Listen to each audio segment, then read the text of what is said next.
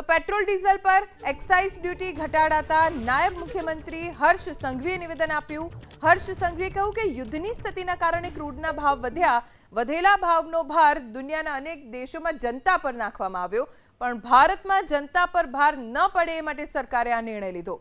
કેન્દ્ર સરકારે 10 રૂપિયા એક્સાઇઝ ડ્યુટી ઘટાડી દીધી। ગુજરાતની જનતા વતી હર્ષ સંઘવીએ પ્રધાનમંત્રીનો આભાર માન્યો।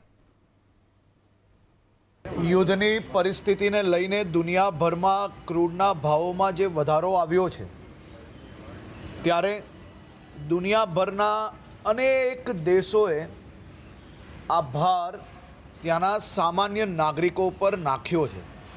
ત્યારે ભારતમાં દેશના યશસ્વી વડાપ્રધાન શ્રી નરેન્દ્રભાઈ મોદી દ્વારા આજે એક ખૂબ જ મહત્ત્વનો નિર્ણય લેવામાં આવ્યો।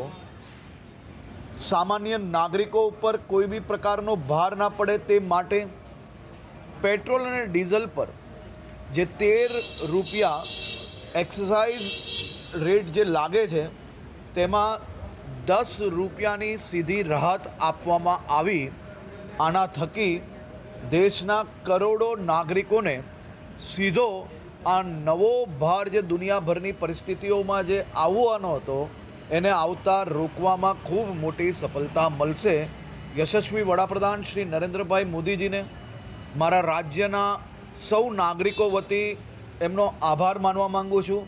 જ્યારે દુનિયાના અલગ અલગ દેશોમાં ક્યાંક પેટ્રોલનો ભાવ ડબલ થઈ ગયો તો ક્યાંક 50% સુધીનો વધારો થયો છે, પરંતુ આપે સામાન્ય માણસોનું રક્ષણ કરવા હેતુ એક્સાઇઝના ટોટલ સીધા જ 10 રૂપિયા આમાં છૂટ આપવી, આનાથી મોટું અમારા માટે કંઈ ના હોઈ શકે। આપ સાહેબનો ખૂબ ખૂબ આભાર રાજ્યના સૌ નાગરિકો વતી।